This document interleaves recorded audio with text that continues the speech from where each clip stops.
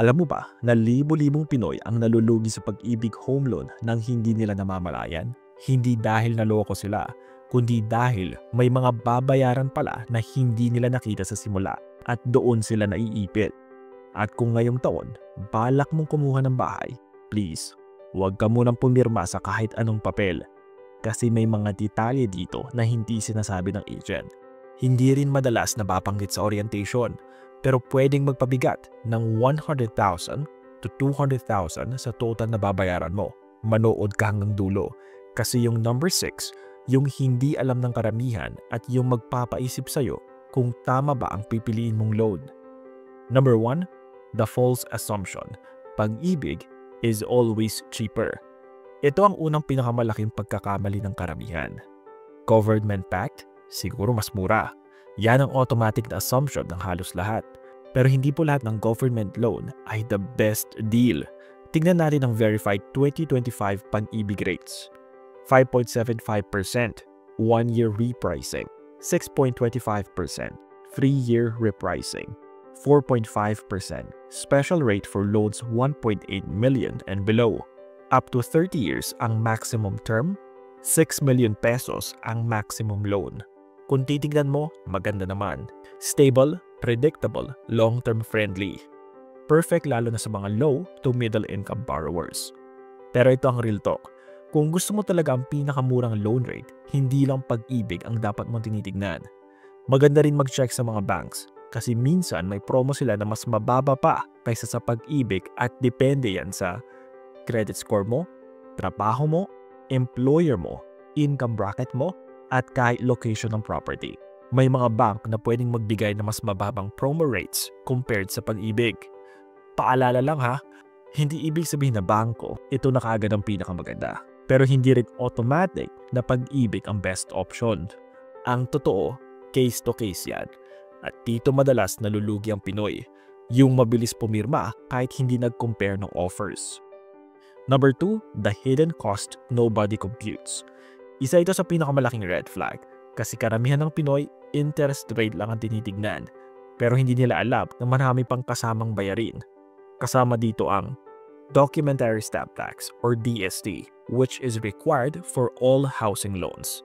Registration and annotation fees, kailangan para mai-record ang mortgage.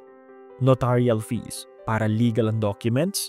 Appraisal fee, para ma-check ng pag-ibig or bank ang value ng property. Processing fee, insurance, depende sa loan. May dagdag na yearly cost yan. Ito yung mga bayarin na hindi mo napapansin, pero unti-unting nagpapalaki sa total na babayaran mo for over 20 to 30 years. Kaya mali talaga yung, ay, okay na to, 11K lang monthly. Hindi pwedeng monthly amortization lang ang basis mo. Kailangan mong makita ang full picture. Hindi lang monthly payment ang dapat kinocompute, kundi pati lahat ng charges bago ma-approve at habang tumatakbo ang loan. Number 3, the repricing trap. Ito ang hindi alam ng marami. Madalas tong hindi sinasabi sa borrowers at ito rin ang nagpapagulo ng monthly payments ng maraming Pinoy. Akala ng karamihan, uy, 5.75% interest, ang mura, forever na siguro yan. Pero ang totoo, hindi yan fixed forever. Sa pag-ibig housing loan, may tinatawag na repricing. Ibig sabihin, pwedeng magbago ang interest rate mo after the lock-in period na pinili mo. 1-year repricing, after 1 year, pwedeng magbago. 3-year repricing, after 3 years, pwedeng magbago. 5-year repricing, after 5 years, pwedeng magbago yan. At 10-year repricing, longest lock-in pero usually mas mataas ang starting rate. At kapag tumaas ang market rate sa Pilipinas, dahil sa inflation, economy, or interest hikes, pwede ring tumaas ang monthly amortization mo. Hindi ito scam ha, normal to sa lahat ng lenders, pag-ibig man o bank. Pero ito ang problema, maraming Pinoy ang umaasa sa initial rate na parang hindi na nagbabago. Kaya kapag nag-reprice at bilang tumaas ng ilang hundred o ilang thousand, nagugulat sila, ha? Bakit tumaas ang monthly ko? Kala ko fixed for 20 years. Hindi po. Fixed only during the lock-in period. Pagkatapos nun, new rate applies. Example scenario, kumuha ka ng 3-year repricing at 5.75%. Pagdating ng year 4, naging 6.5% na ang rate. Dahil doon, tataas ang monthly mo for the next 3 years. Kaya mahalaga to. Always check the repricing schedule, always ask for the historical rates, always compute the worst case scenario. Kaya guys, hindi interest rate ang totoong kalaban mo, kundi yung hindi mo alam na magbabago pala yun. At kapag hindi mo napaghanda ng repricing, dyan nalulugi ang maraming borrowers. Number 4, approval requirements. Madaming hindi nakakaalam nito. Ito yung part na madalas hindi nila napapansin. Akala ng karamihan, may trabaho ako, may hulog ako, so approved na to. Pero hindi po ganun kadali. Para ma-approve sa Pag-ibig Housing Loan, kailangan pasado ka sa lahat ng ito. At least 24 monthly Pag-ibig contributions, 2 years na hulog kahit minimum amount, loan limit up to 6 million pesos. Pero depende pa rin sa income mo. Monthly amortization must not exceed 35% of your gross income. Ito ang pinakamadalas na dahilan kung bakit nare-reject ang loan nyo. Stable employment or business income, usually 2 years of continuous work. Good credit record, no unpaid credit cards, loans, or utility bills. Property must pass Pag-ibig appraisal. Kahit gusto mo yung bahay, pero kung bagsak sa appraisal, hindi uubra. Yung pinaka-critical dito, yung debt-to-income ratio or DTI. Ito yung dahilan kung bakit ang daming nabibigla na, bakit na-reject ako? May trabaho naman ako ah. Let's break it down. Example, sweldo mo, 40,000 pesos per month. Pag-ibig's limit, which is 35%, is equal to 40,000 pesos. Ibig sabihin, ang kaya nilang i-approve na loan ay yung may monthly payment na 14,000 pesos pababa. Pero tignan natin to. May car loan ka na 8,000 pesos per month, may credit card minimum ka na 2,000 pesos monthly, ang natitira mo na lang na loan capacity ay 4,000 pesos. Kung ang 1.6 million loan ay may monthly na 11,000 to 12,000 pesos, sorry my friend, automatic disapproved ang application mo. Hindi dahil wala kang pera, pasado ka sa sahod pero baksak ka sa DTI. Ito yung masakit na reality. Ang daming OFW at empleyado na may pang down payment pero hindi nakakakuha ng approval dahil hindi nila alam na may ganitong rule pala. Kaya bago ka mag-apply, i-check mo muna ang DTI mo. Bayaran mo ang ibang utang mo o maghanap ka ng co-borrower para tumaas ang capacity mo. Kung nandito ko pa ngayon, i-comment mo naman ang check para alam kung nakakatulong ang video na to sa'yo. Kasi itong susunod na 2 sections, dito mo malalaman kung paano ka makakatimit ng 196,800 pesos. Ready ka na? Let's go! Number 5, your alternatives. Don't stick to one option. Ito ang pinakamadalas na pagkakamali ng mga Filipinos. Pag-ibig lang iniisip. Pero sa totoo lang, may 3 major options ka pagdating sa home loan at magkakaiba sila ng strengths at weaknesses. Pag-ibig housing loan. Good entry rates, lalo na yung 4.5% para sa loan ng 1.8 million and below. Long payment terms, up to 30 years, mas magaan sa bulsa. Accessible for low to middle income borrowers. Predictable kasi government-backed, but may repricing sila every 1, 3, 5, or 10 years. So kailangan mo pa rin i-monitor regularly. Bank housing loan, mas mabilis ang approval. Minsan, 2 to 4 weeks lang.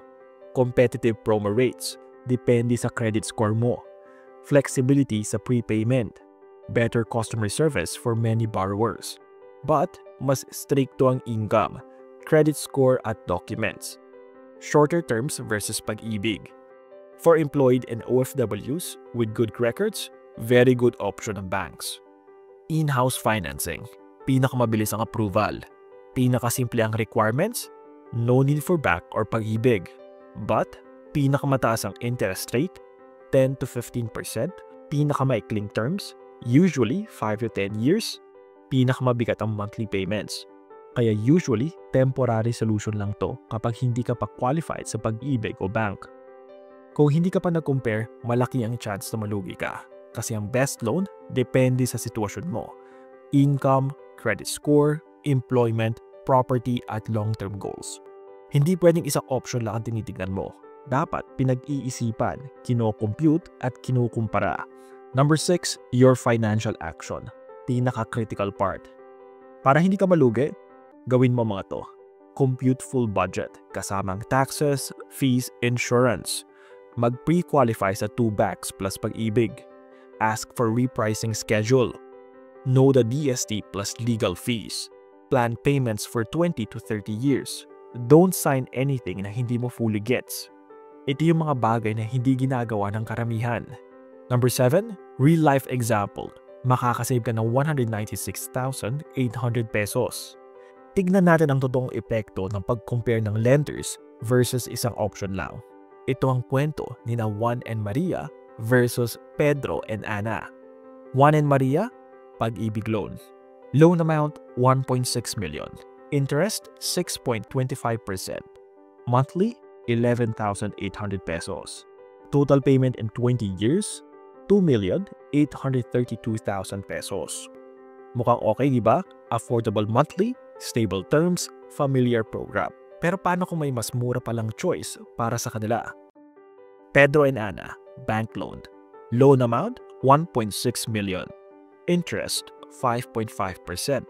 Monthly, 10,980 pesos. Total payment in 20 years, 2,635,200 pesos. Hindi nila i-accept yung first offer sa kanila. Nag-compare muna sila ng free lenders. Kumuha sila ng promo rate dahil pasado sila sa credit profile. Mas mababa monthly, mas mababa ang total, mas magaan ang long term. Total savings nila, 196,800 pesos. Halos 200k ang difference dahil sa isang simpleng pagkukumpare. Isipin mo to, yung 200k na natipid mo, pwedeng down payment for second property, 2 years worth of emergency fund, tuition fee ng anak, pang negosyo, or brand new motorcycle, pang setup ng OFW Balik Pinas Fund. Ang home loan ay 20-year commitment guys, hindi to dapat padalos-dalos. So compute, compare, ask questions, protect your future. By the way guys, paki-comment mo naman kung magkano ang gusto mong dream home para mapag-usapan natin yan.